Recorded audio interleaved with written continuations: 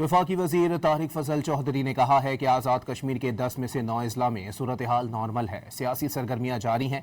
दावा किया कि कलअदम एक्शन कमेटी मुज़ाकरात के पैगामात भिजवा रही है। उनके पास पुरअमन तौर पर मुंतशिर होने के सिवा कोई ऑप्शन नहीं। और 10 अजला है तो 10 अजला में से सिवाय एक ज़िले के जिसमें रावलाकोट वाक़या है, बाकी 9 अजला में जो मामूलात ज़िंदगी हैं वो नॉर्मल हैं। वहाँ पे सियासी सरगर्मियाँ इस वक्त शुरू हो चुकी हैं।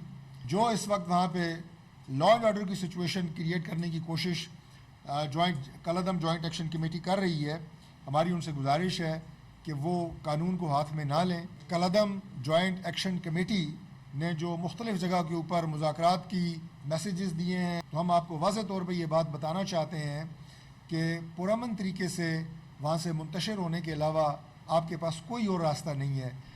वफाकी वजीर तारिक फजल चौधरी ने कहा है कि आज़ाद कश्मीर के 10 में से 9 अजला में सूरत हाल नॉर्मल है। सियासी सरगर्मियां जारी हैं। दावा किया कि कलअदम एक्शन कमेटी मुज़ाकरात के पैगामात भिजवा रही है। उनके पास पुरअमन तौर पर मुंतशिर होने के सिवा कोई ऑप्शन नहीं।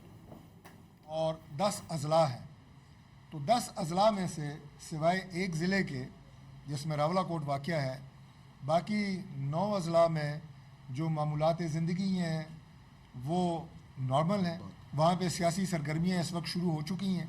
जो इस वक्त वहाँ पे लॉ एंड ऑर्डर की सिचुएशन क्रिएट करने की कोशिश कलअदम जॉइंट एक्शन कमेटी कर रही है, हमारी उनसे गुजारिश है कि वो कानून को हाथ में ना लें। कलअदम जॉइंट एक्शन कमेटी ने जो मुख्तलिफ जगह के ऊपर मुज़ाकरात की मैसेजेस दिए हैं, तो हम आपको वाज़ेह तौर पर यह बात बताना चाहते हैं कि पुरअमन तरीके से वहाँ से मुंतशिर होने के अलावा आपके पास कोई और रास्ता नहीं है।